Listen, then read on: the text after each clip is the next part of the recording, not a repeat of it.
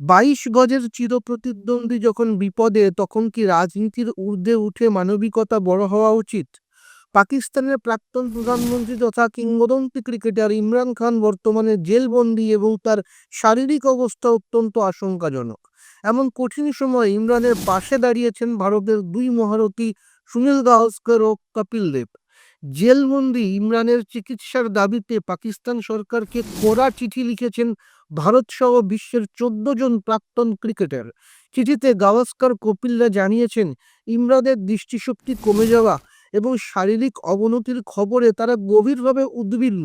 রাজনৈতিক মতভেদ যাই থাকুক, ক্রিকেটের এই বিশ্বসেরা অলরাউন্ডারের প্রতি মানবিক আচরণের দাবি জানিয়েছেন তারা।